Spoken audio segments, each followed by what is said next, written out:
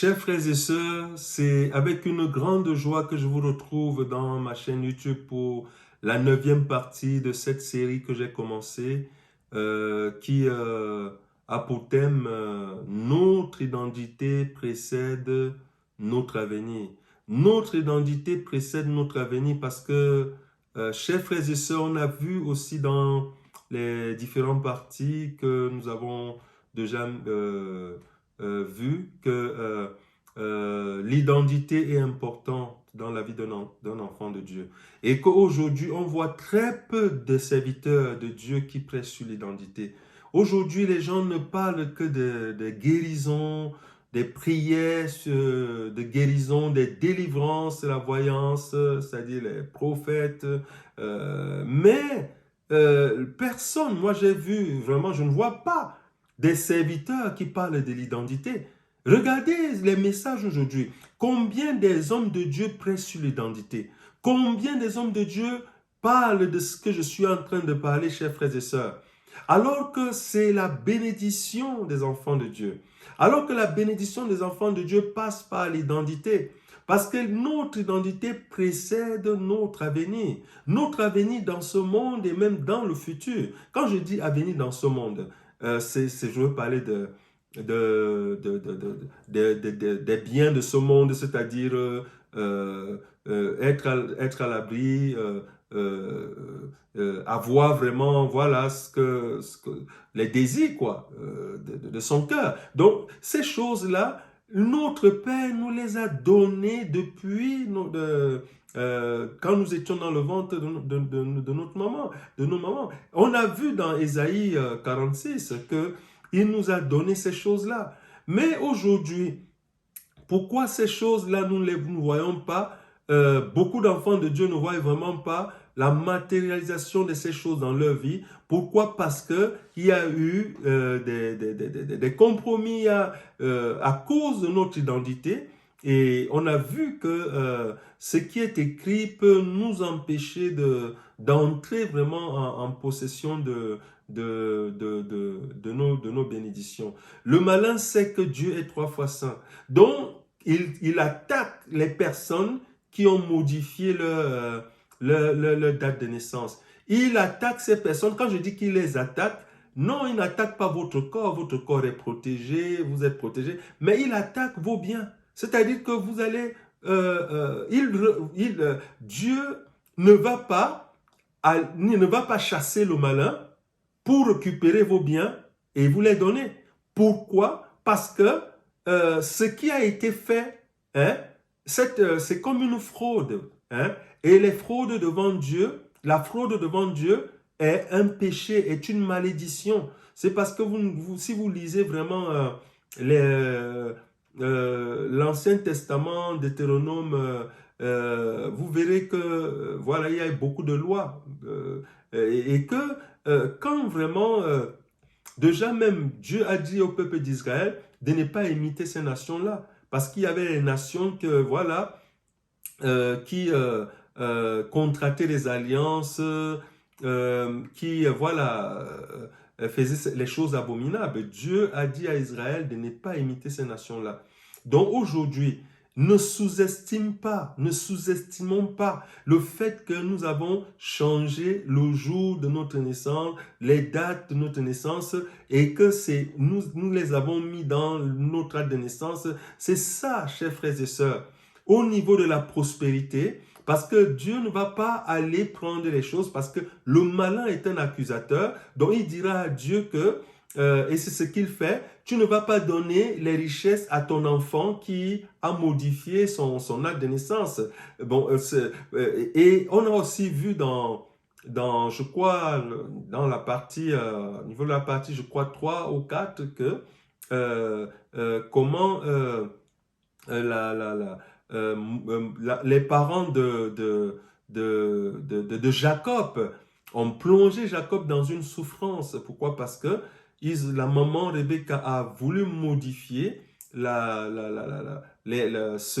bénédiction de Dieu. Elle a mis plutôt devant les coutumes et ça a freiné.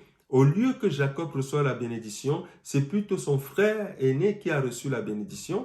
Et Jacob, lui, allait dans une souffrance pendant 20 ans et son frère, lui, est devenu un roi. Il a prospéré. Donc, et David, il a fallu que Jacob lutte avec un homme. Il a lutté avec cet homme et jusqu'à ce qu'il dise à cet homme que avant de te laisser, il faut que tu me bénisses. Et là où l'homme bénit Jacob et il change le nom de Jacob en Israël, en disant que tu ne seras plus appelé Jacob, tu seras appelé Israël.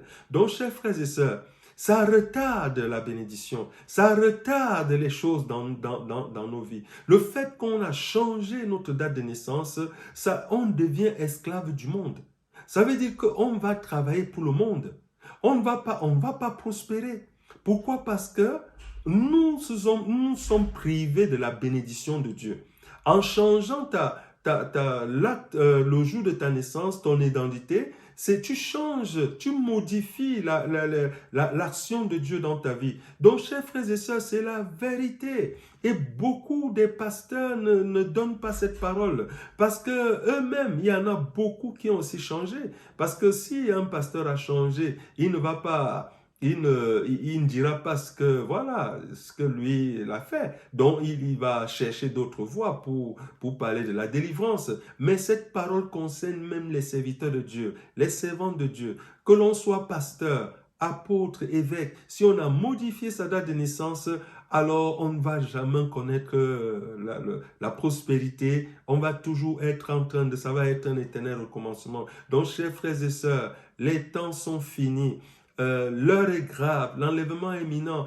Où ira ton âme? Parce que si, on a vu aussi dans Jude que Moïse, Moïse, serviteur de Dieu, qui a servi Dieu, que quand il a fallu qu'il quitte ce monde, le diable est venu discuter son corps. Et on a compris pourquoi le diable avait discuté son corps, parce que Moïse, à un moment donné, a changé de nationalité. Et Moïse était devenu égyptien. Pourquoi? Parce que les deux parents de Moïse avaient envoyé Moïse étant bébé en Égypte.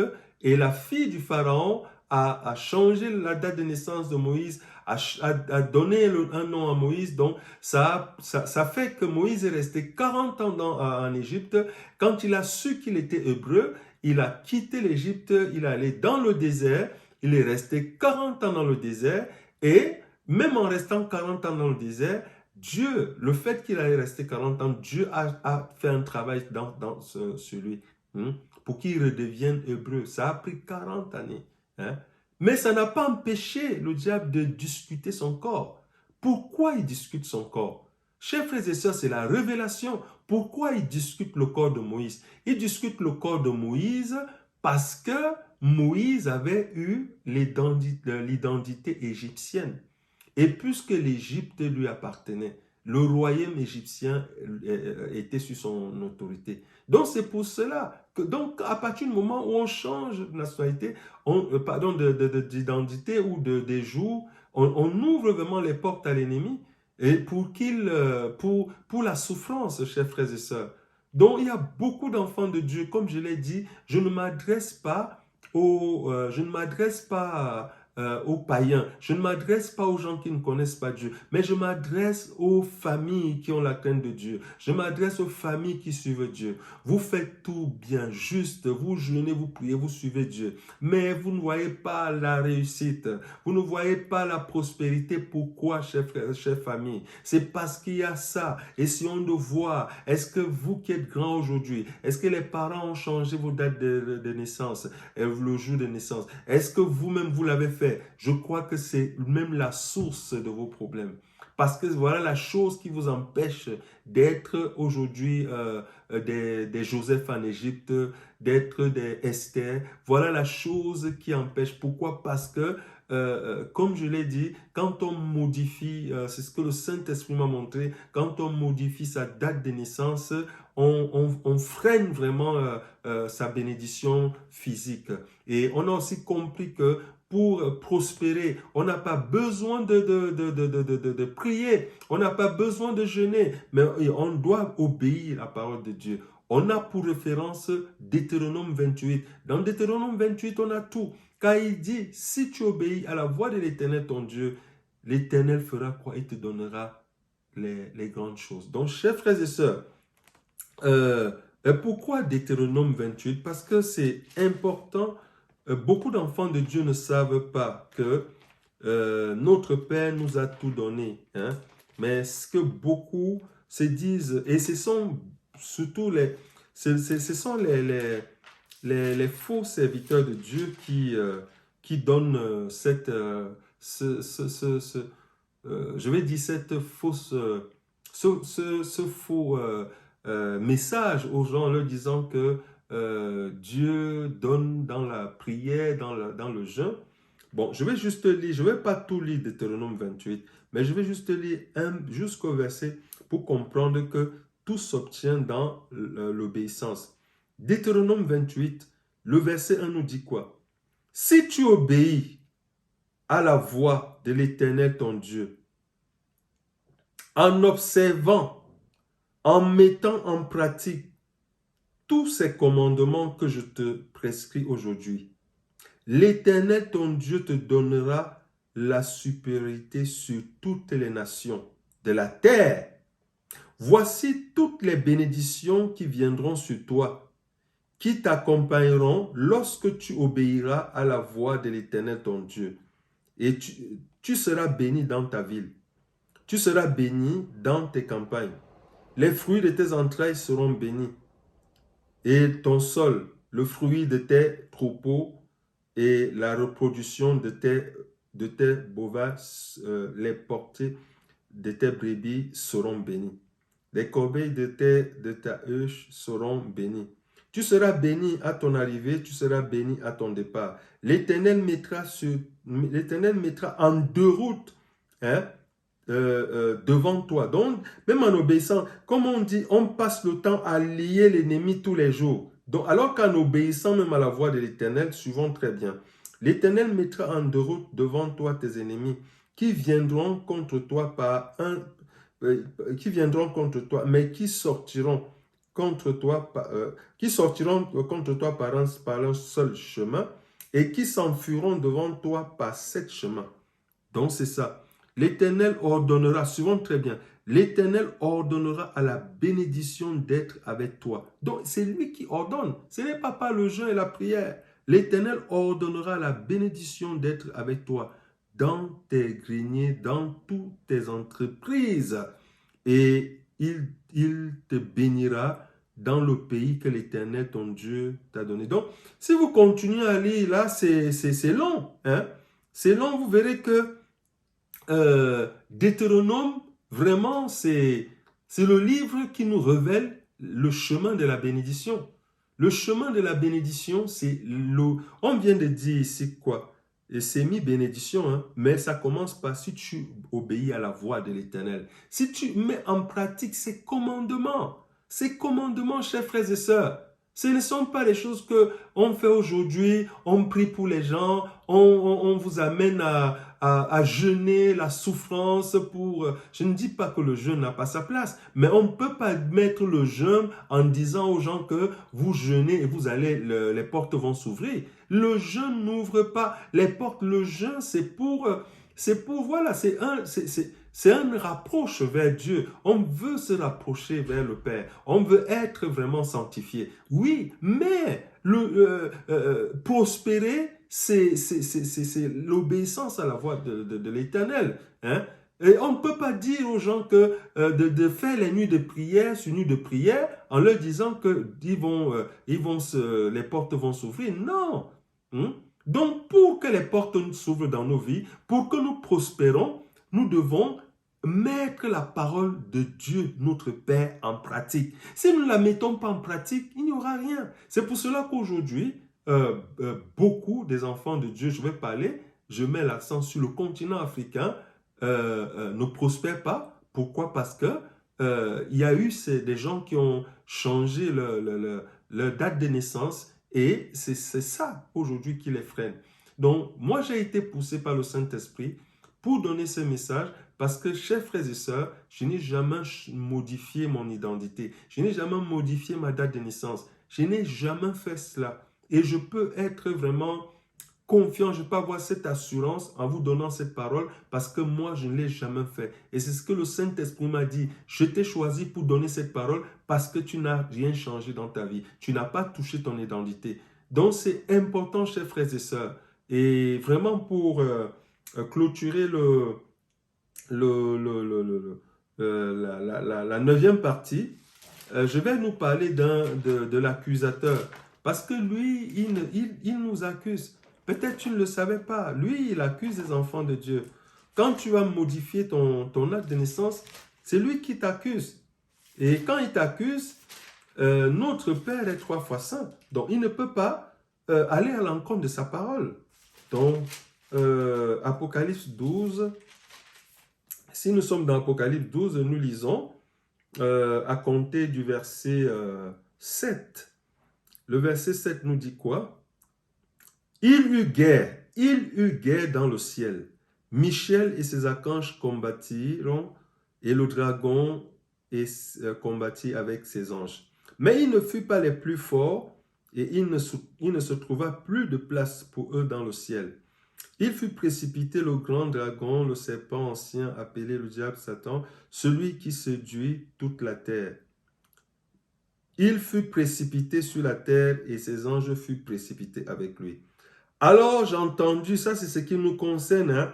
Alors j'ai entendu dans le ciel une voix forte qui disait, maintenant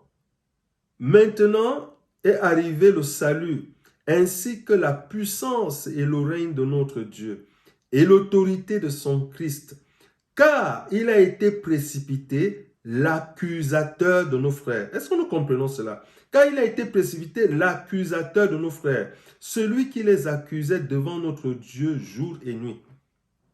Il les accusait jour et nuit. Donc c'est jour et nuit. Donc, chers frères et sœurs, nous ne pouvons pas comprendre. Nous ne pouvons pas comprendre ce qui se passe dans le monde spirituel. Donc, quand on modifie vraiment sa date de naissance, on ne sait pas qu'on a tout modifié.